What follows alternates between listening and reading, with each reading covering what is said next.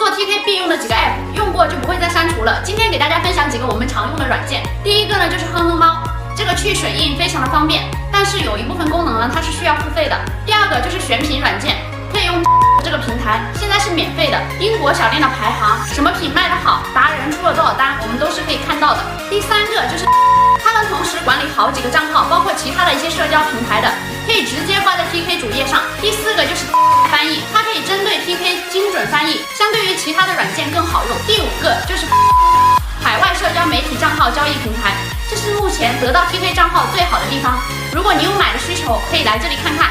当然，大家如果觉得还有比较好用的软件，也可以在评论区给我推荐，用完觉得还不错的话呢，都会推荐给大家的。